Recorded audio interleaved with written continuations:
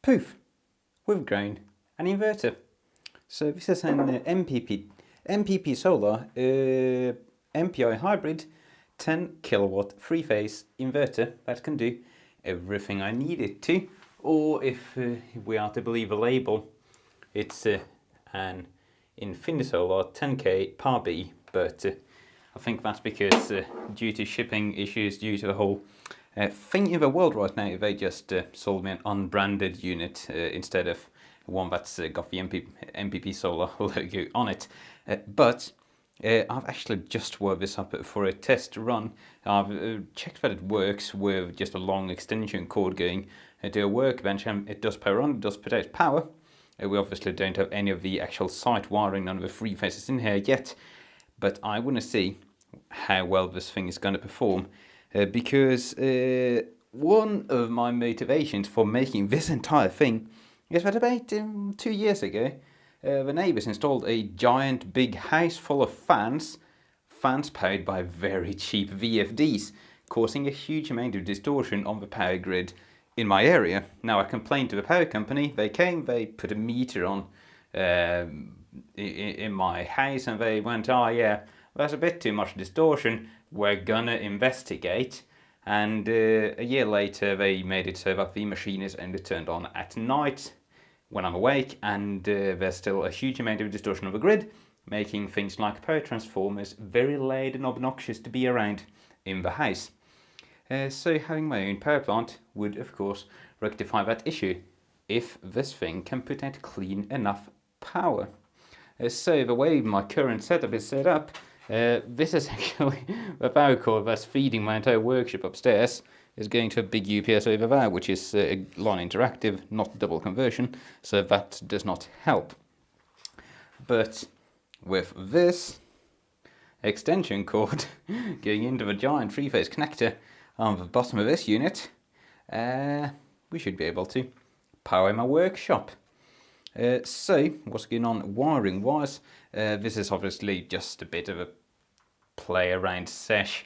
I've got new toys, I want to see what they can do. So I've got two 70 square mil grounding wires used to power the inverter. This is not up to code. I was going to buy new wiring similar to the stuff I've used here, but funny, 50 square mil is seemingly rather difficult. Everyone's using either 35 or 70, and I only use redundant 50 square mil all the way to the inverter, and I don't think I can fit 70. Oh well, I have installed these very dodgy jumpers just going between bank 1 and bank 2 to make sure we don't unbalance the packs, because since I've only got 2 wires going to the inverter, we can only go to one of the battery bank terminals here, and if I were to do that, the other one would be going through this mess of wiring and out there with a voltage drop, possibly putting these wires on fire if I draw too much current, and possibly unbalancing the 2 banks, and balance charging these is, not something you want to do since they are giant batteries. But this should be wired up correctly. Everything's turned off right now. We have positive going to positive, going to the rear wire, going all the way over there to positive, and then the negative goes, follow them. You don't want to mess this up. We have a lot of energy going. Goes to the one close towards me away from the wall. That goes to battery 1 negative, going to battery 2 negative, and the other jumpers, battery 1 negative to battery 2 negative. So this should not go on fire when we flick either of these. So I've got my current clamp going into inverter. Let's see what it does. And the other breaker as well. So this thing should now be able to power on. So let's actually turn that on. I don't remember how you're supposed to do this. I think that means it's trying to power on. Oh yeah, it's drawing a few amps.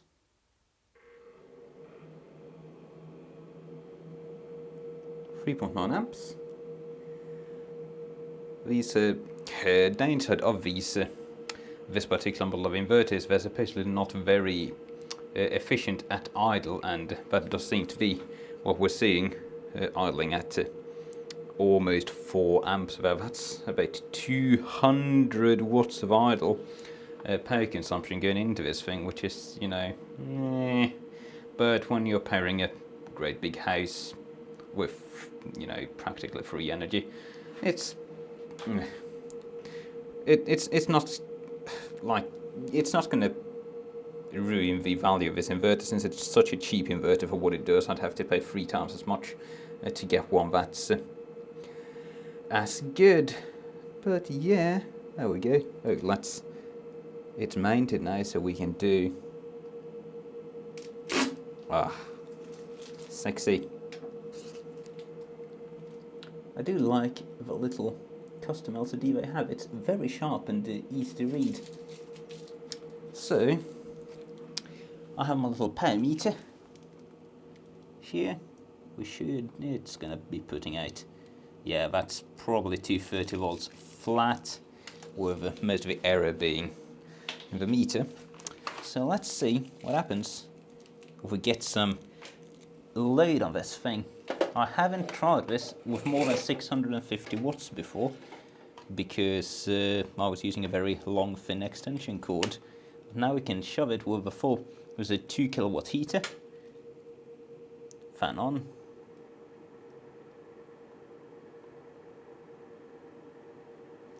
$25 watts. 21 watts. Fans are spinning up on the inverter. 670 watts. Let's do the full thing. Oh, now we're taking off. 2 kilowatt load. Room is starting to smell like new inverter, and this thing sits on the 59% load, which is not true. I'm going to hope that that's the peak load on each of the phases, but we have more than 2 kilowatts per phase. That's weird. I'm going to have to check the manual for that. We're drawing 45.7 amps. Is anything going on fire? Is the big question. I haven't loaded any of this wiring down this hard before, but nothing seems to be going on fire. I would expect my wiring to keep up.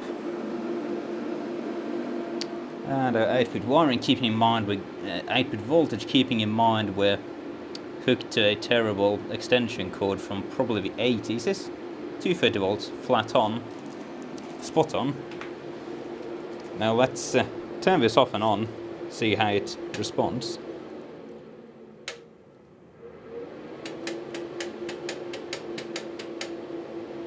So that's 2 kilowatts on and off.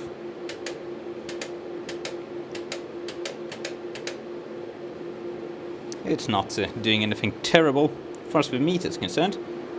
Not too shabby. So we have a big inverter, but we don't have any three-phase wiring. So how do we properly load test this thing? Well, I present to you the three-phase in nature. So this is just three standard issue extension cords that I've wired up to the output plug that goes back in the inverter. So in each of these we have a different phase, and by using 3 different loads we can put this thing to quite a test. Since these are 1.5 square mil extension cords, they're usually rated for 3500 watts, 13 amps usually. So the inverter can put out a maximum of 14.5 amps per phase, so we're almost legal running this like this. There should be breakers and shit in between, but you know, what you gonna do? We don't got all day. Well, we do, but never mind that, so let's turn this off just to make sure we don't have any short circuits. It's better to let it explode. Any problems during power up rather than in my hand. There we go. I present to you a some power convector heater, two beautiful vintage room heaters. Let's turn up the temp.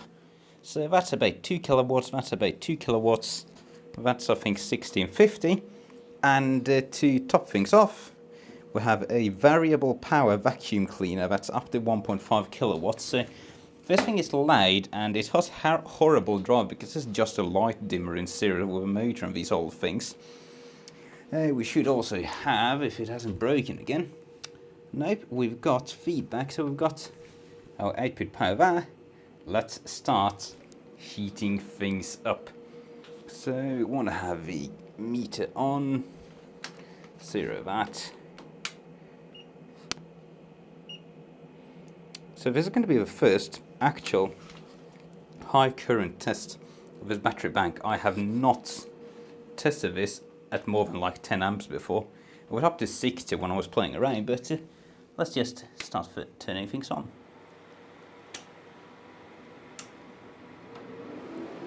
So that's 2 kilowatts, I think. 2.2.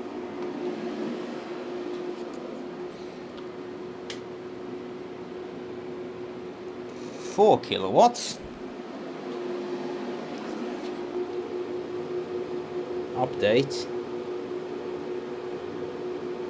Yeah, 2 kilowatts per phase, total 4.2 kilowatts. So this is the highest load I've had on these batteries ever, 93 amps. So nothing should be going on fire. There's warm air flowing everywhere from the hot air fans. This room is heating up quite quickly, so these are a bit of a concern, but no problems. They're really cold. No heat in the battery jumpers. Oh god, it's getting hot in here. More power! So that's the third phase, convective heater. Powering up at 1500 watts. The inverter was making a horrid noise. And it stopped, thankfully. So we're at 5600 watts. It says 65% load, which is roughly correct. 127 amps load on the batteries. So we should be good for about 200 amps on these wires, as long as no interconnect is going to go on fire. Let's see if we're balanced. 61.3 from that one. 66.6 from that one, and we would expect this one to put out slightly more because we're connected to its terminal block there. The other one's jumped across, so it's going to have a bit more voltage drop. There's heat coming out of this thing. So here comes the vacuum cleaner. Lowest power.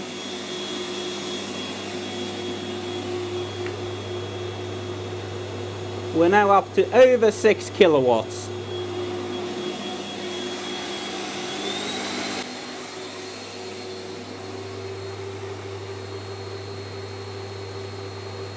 .5 kilowatts. 76% load. 150 amps. We've got 47 volts it thinks at the terminals, but that's measured right here, so there's a fair amount of voltage drop included in that. Let's turn it up. Full power! 7 kilowatts, and I think that's the highest I can get it because I'm out of heaters. Well, I could fetch another vacuum cleaner, I suppose. We're drawing 163 amps.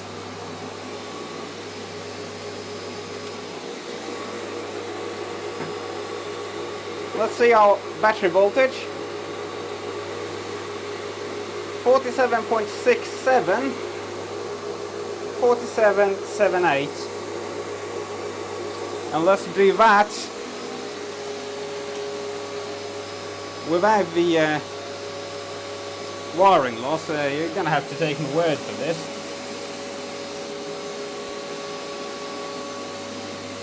So what's that? It's 47.8 volts at the terminals for the battery. That's working a bit harder, and that would be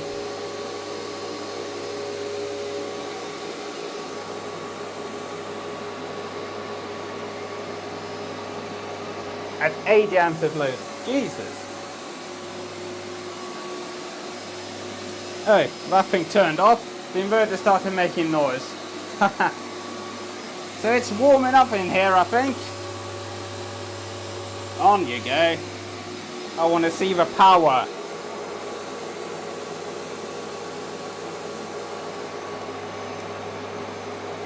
$83 amps.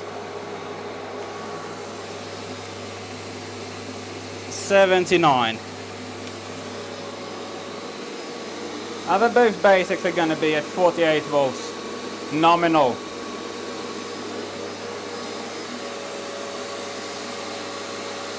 I think that's alright.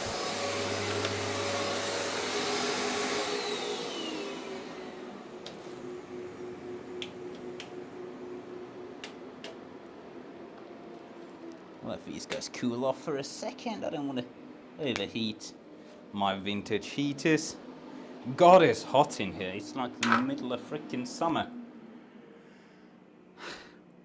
I would say that's a reasonable test. We got up to over 7 kilowatts. Nothing went on fire. The battery's put out very well indeed.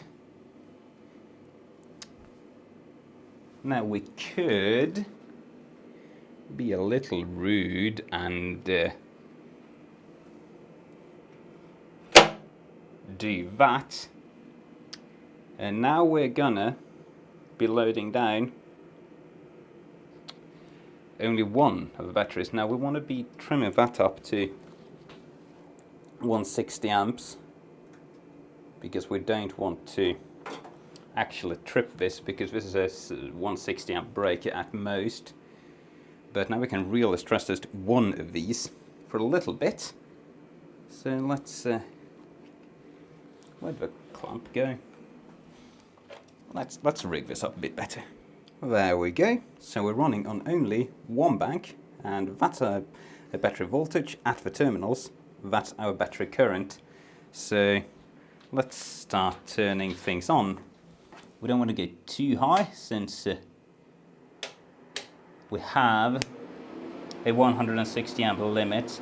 We really don't want to go over that because that's going to cause a huge arc in the breaker. So that's at 100 amps. So I don't want to get too close to even past 100. So I don't think we're going to do the vacuum cleaner. Let's do 650 watts on that guy. 112. Let's do 850. 116 amps.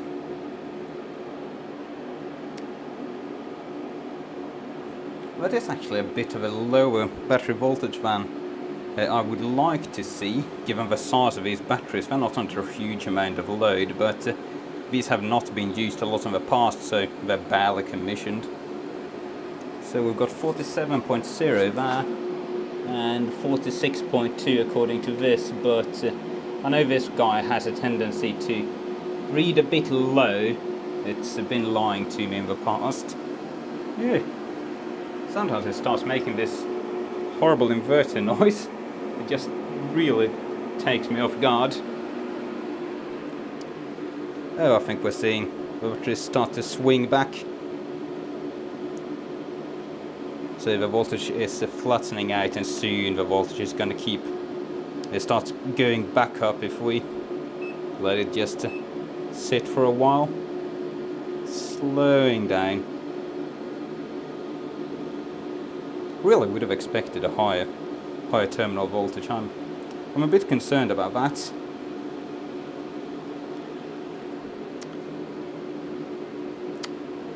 But it's working, and yeah, I want to quit. I'm dying of overheating in here. God, so warm. But it feels so good. Now, while that was a very successful couple of tests, these wires are not going to last for a couple of reasons. I want to have all these terminals populated. I want to run quad wires to the inverter to reduce voltage drop. I don't want to live with these forever. And these are obviously ground wires, and they're just 70 square mils. 70 square mil is good for about 210 amps-ish. And if I set these to the lowest possible value, we have a total combined breaker current setting of 250 amps.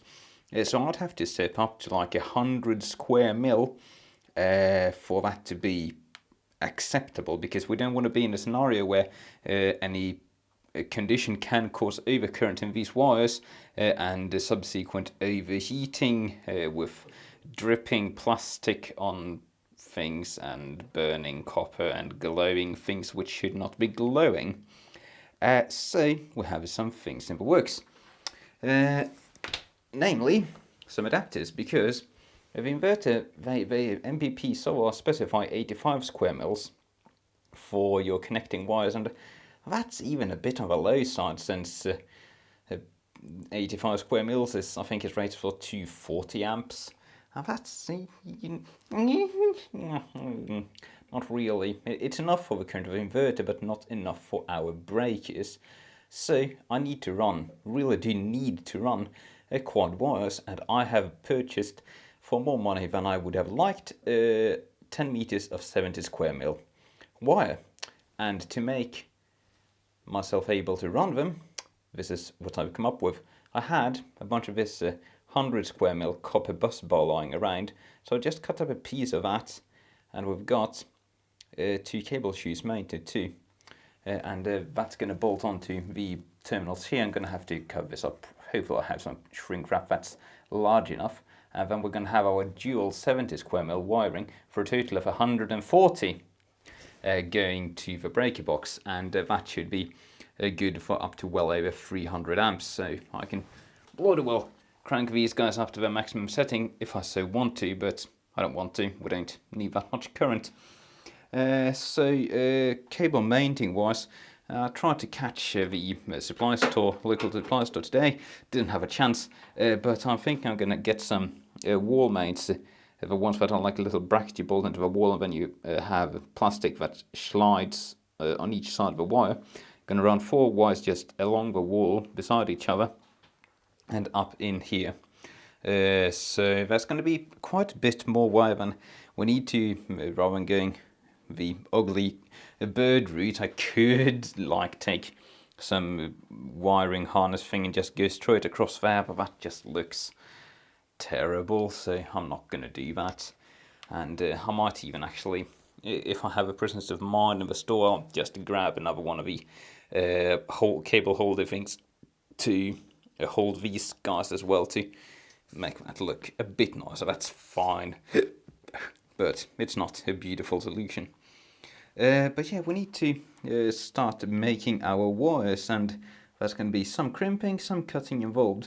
I really need to be sure I don't cut my wires too short, since I don't have a mains yet, so we'll have to see what I do. But the important thing is we have these guys.